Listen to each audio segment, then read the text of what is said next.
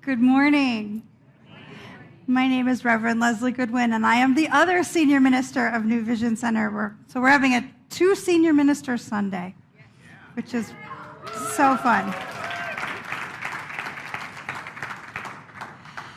So I want to take my opportunity to welcome everyone who's new, everyone who has returned, and everyone who's been here the whole darn time. This is a place that accepts you and you and you and you and you exactly the way you are right here in this now moment. We believe in radical inclusivity, which means no matter what you believe, no matter how you've grown up, no matter where you've lived, what nationality you are, who you love, what you can do, what you think you can't do, and any other thing that I left off that list. No matter what, you are welcome here, and we are happy to get to know you. Woohoo! So we are right in the middle of our month on freedom, and I want to go back to a talk that our beloved Reverend Karen did 2 weeks ago, where she really focused on, I threw the book. It's that exciting. Where she focused on our book of the month, which is this little tiny sliver of a gem called Your Invisible Power by Genevieve Barand. I always want to say, she was French, so I always want to say it Geneviève, because I'm sure that's what her mama called her. It's this little tiny book that is just packed with the how-tos of creating the life you want in absolutely crystal clear, easy to follow language. And it's, as you can see, it's an easy read. It's teeny tiny. And it gives us 4 steps to create the life we want. 4 very practical, simple steps. And the first step that Reverend Karen shared with us is to recognize that the life I want wants me. The life I want wants me. What I'm seeking is actively seeking me. Ooh, that feels good, doesn't it? But what if we don't know what we're seeking? What if we don't know what we want? My talk title today is Free to Be the Authentic Me, but what if I don't know what that is yet?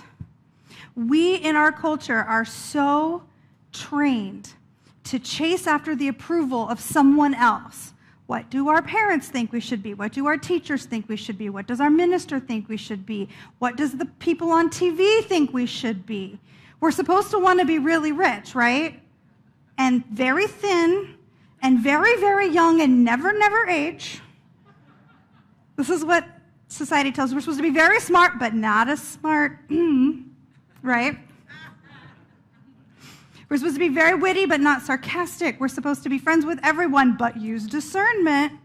And we can get kind of wrapped up in the tangle of how the heck are we supposed to be all things to all people. When we don't know who we are just chasing shadows. And then sometimes when we do know, then we go into the spiral of doubting that we can have it. Because when we really connect with who we are, whoo, those dreams get big, don't they? Anybody have a dream so big it scares them? Makes them shut the book and go, never mind.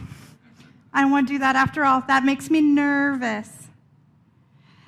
But you know, Reverend Karen really set it up here for us a couple weeks ago when she said, we have the right and almost the obligation to realize what is mine to do so that we can bring it forth. Because if we don't bring it forth, chances are nobody will bring it forth the way I would have. Ooh. If we don't bring it forth, nobody will. If I don't do it, nobody will. Oh. And if that's what I'm supposed to be doing, if that's what God is calling me to do, and if I don't do it, nobody will, then that means God's will won't be done. Ooh. The level just rose a little bit there in the importance of us being ourselves. So what do I have to do? What do I have to do? What do we have to do to be the authentic me, the authentic us? We have to know who we are to figure out what that authenticity even is. We have to know what we are to see why we can be that. What's the power behind us that's allowing that to happen? And then we have to do it. Then we have to do it. So that's what we're going to talk about today. So knowing who we are. We talked about this a little bit last week. We talked about the freedom of self-care and how we have to be really integrated into who we are and what lights us up in order to do the right kind of self-care, because not everybody, this is a crazy statement, I know, but not everybody wants a spa day. I know. What are those people thinking? But that's not self-care for everybody. For some people, it's a nap. For some people, it's mowing the lawn. I had several people tell me, I just feel a lot of self-care when I do yard work. That is not me. That is not me. And bless their hearts doing their yard work. Freedom, we talked about, is the state that exists when all the other God qualities are in balance in our own beingness. So abundance is there. We are balanced. There is wisdom and joy and love and peace all happening at the same time. Imagine that all of those worries that you usually have just been dissolved by the power of the divine. How does that feel? That is freedom. So that's what we seek. By being the authentic self, we are walking out who we really are when all of those little troubles that we think we have go away. The thing is, if you don't know who you are, says Roy T. Bennett, you'll never know what you really want. So you have to know who you are. What lights you up? What feels exciting to you? What do you want, but you're afraid to try it? So we're going to do a little process. If you will trust and go along with me, I invite all of us to close our eyes or soften our gaze and just let ourselves be for a moment. And I invite you to check in with your physical body. How does your chest feel? Is your breathing easy or is there tension? How does your stomach feel? Is it flippy-floppy or is it at rest? Where are your shoulders? How is your jaw? Just take note. Don't try to change anything, just notice. And now, allow to rise up in your consciousness the image or felt experience of doing that thing that you love more than anything. Maybe you're acting on stage. Maybe you're snuggling that grandbaby. Maybe you're taking a nap. Maybe you're doing yard work. Whatever that is, see yourself, feel yourself doing that thing in complete freedom.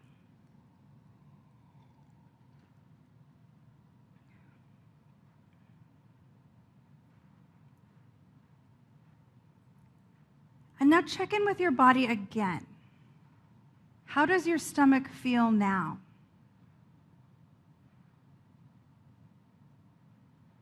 How does your chest feel? And your shoulders? And your jaw? Does it feel different?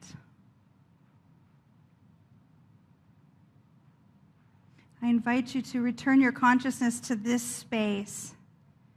And when you're ready to open our eyes, we physically feel different when we're honoring our own authenticity. Yes? Anybody feel their body change? It's amazing.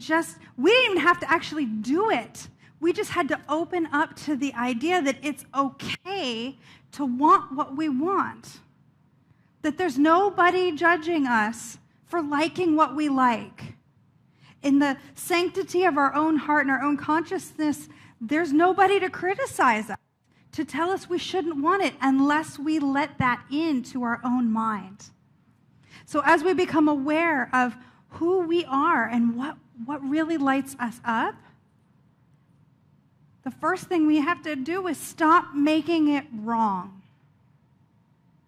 Because our mom is not in there telling us not to do it.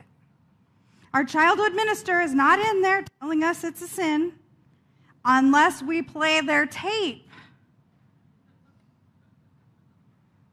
Anybody got tapes? You do know that there's a delete button, right? You can just delete.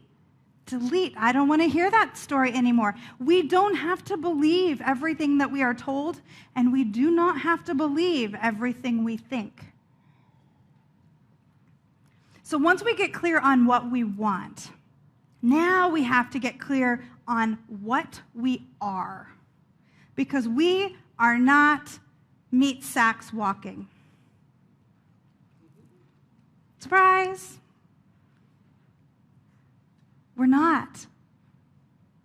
We joke in ministry that the biggest challenge of being a minister is to find 52 different ways a year to say, God is all there is, and God is only love, and we are all made of that, so we are containing the goodness of the one and can do and be and have anything because we don't have to force it.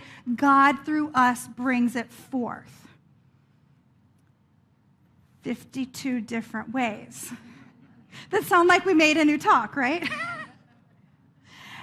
And yet, we doubt. I'll say for myself, I doubt. I doubt sometimes.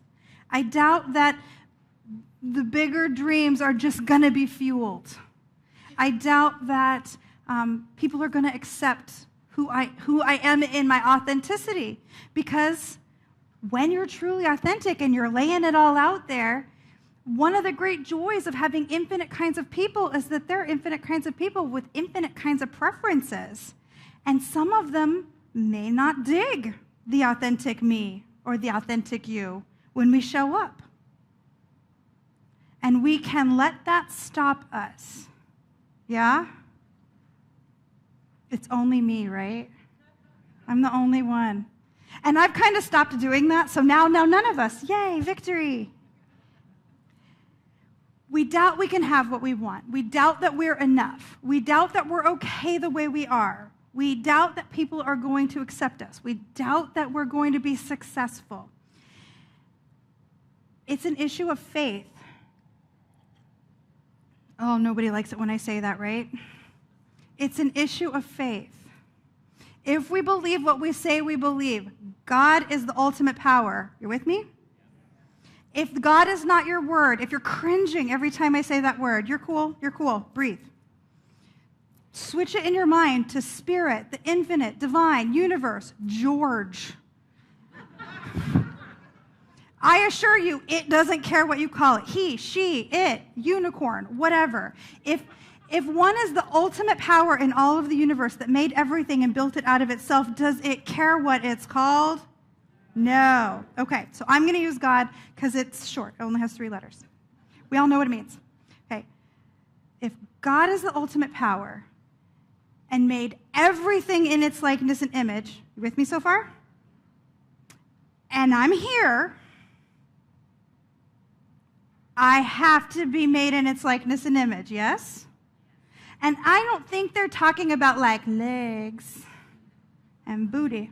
I don't think that's what the likeness and image they're talking about is. I think they mean like the spiritual expression of, the ability to be creative, yes? So if I am made in its likeness and image, and everything is, then y'all are made in its likeness and image, right? Is there any exception? Is Bobby the exception?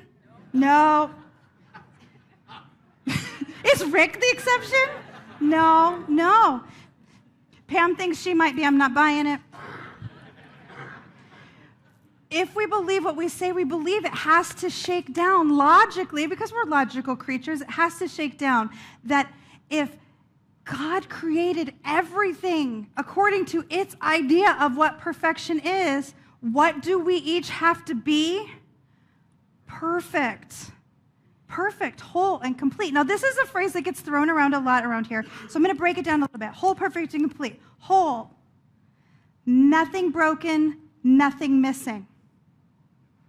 There is nothing that is supposed to be in you that's not there. Now, you might not be using it.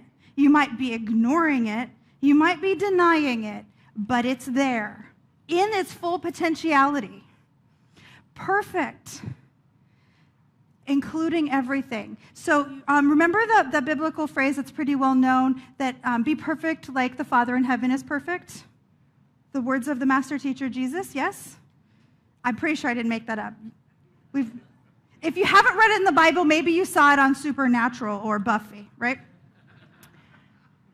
When you take that phrase back to the original Aramaic, the word perfect doesn't mean like without blemish. It means containing everything.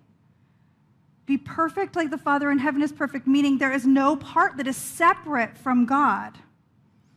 So if we are perfect, that means every part of us, even the messy spots, even the ugly spots, even the spots that we think should go away, are held in the light of the divine every moment, every breath, all the time. We are perfect. All of us, our shadow parts, our angry moments, our places where we feel rejected, are held in that place of oneness. Complete. There's no part of God that is missing in you, and there's no part of you that is not God. Feel how that feels. I am whole. Nothing's broken. I am perfect. Every part of me, and I am complete.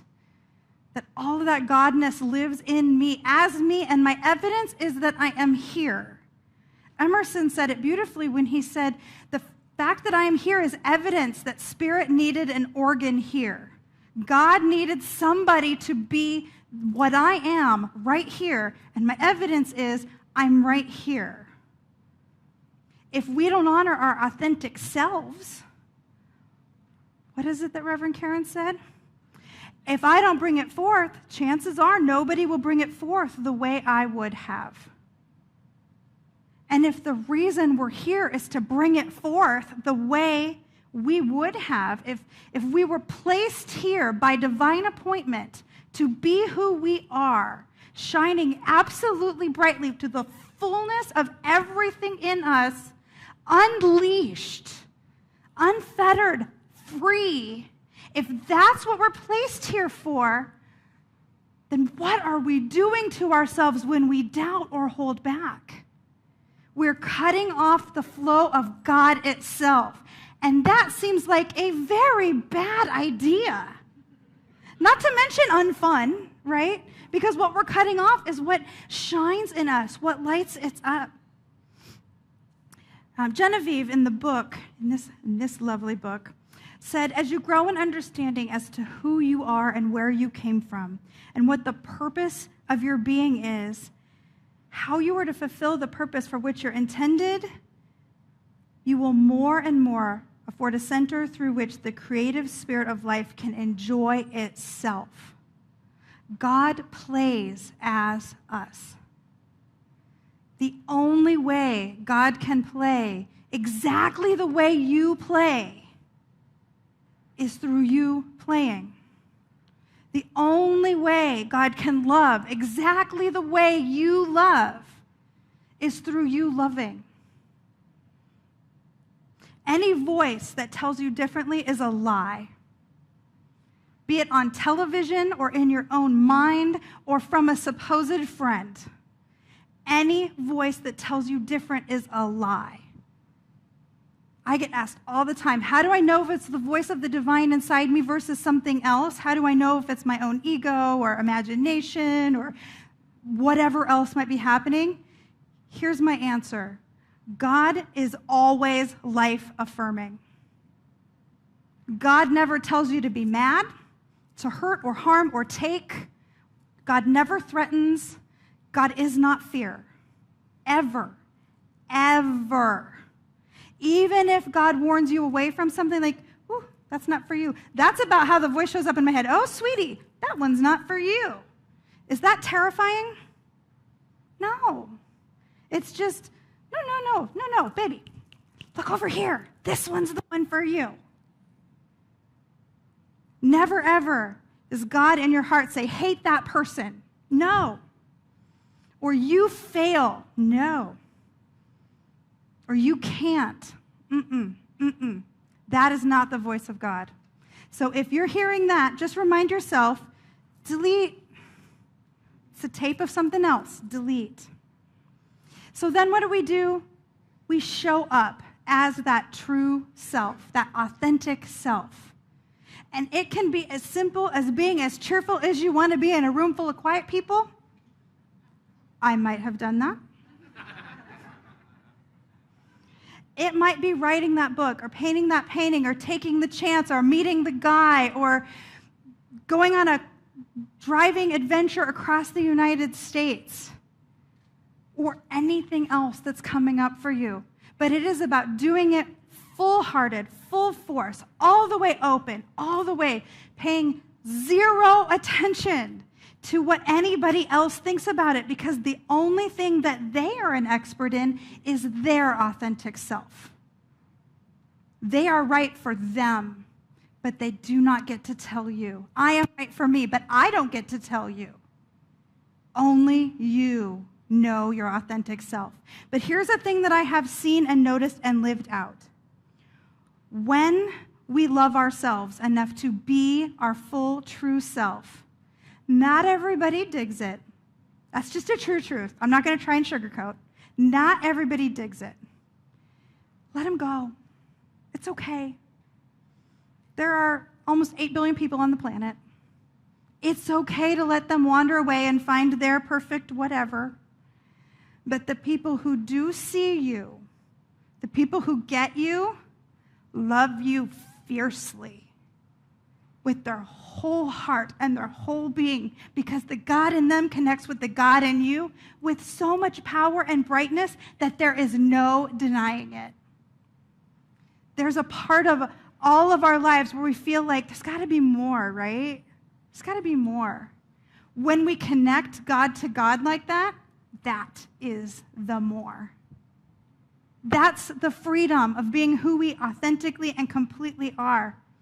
So we see it, we accept and love ourselves, we let anybody who isn't on the train get off the train. That's cool. Just opens up more seats for people who get the train.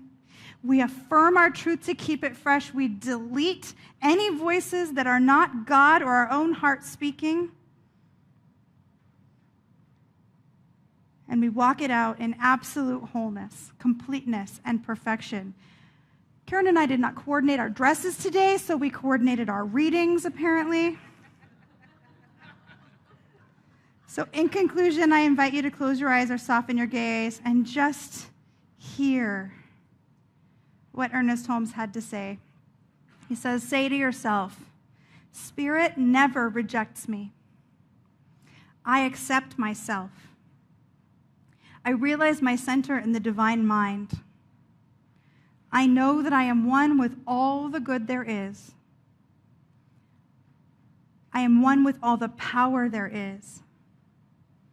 I am one with all the peace there is. I know there is nothing in me that condemn or be condemned. There is nothing in me that can judge or be judged.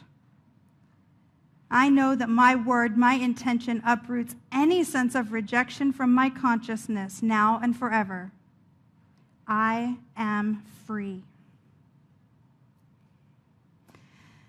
And as we take this into prayer and anchor it in, what I know and affirm is that there is just this one power, this one presence, this one perfection that we call God, Spirit Almighty, infinite love and absolute wholeness. And what I know for myself is that I am made of that. There's nothing else for me to be made of. I am made of the stuff and substance of the divine, as every faith tradition states. And as I know this for myself, I know that it's true of every beloved within the sound of my voice, that each one of us is a place of divine perfection. At the very center of our being, we are seeded with pure unconditional love, flowing infinite abundance, absolute goodness, and pure wisdom. And so I know that for each one of us, whatever is on our heart this day, that the qualities of the divine are activated powerfully as we connect with the truth of God as our lives. And that those qualities rise up, that God in us as love soothes our hearts and brings us to peace, that God as abundance makes all things possible, that God as wisdom helps us to see the truth of our own life, that we love one another so powerfully that God is well pleased, and that it is good beyond good beyond good. I am so thankful to know this truth for each one of us, to know that the power of infinity is at work in our hearts and our minds and our lives, that we can relax and let God do God's work and trust that it is done. So I release this word into the action of universal law, knowing that it is done unto us as we believe. I believe it for me, I believe it for us, and I call it good. And so it is.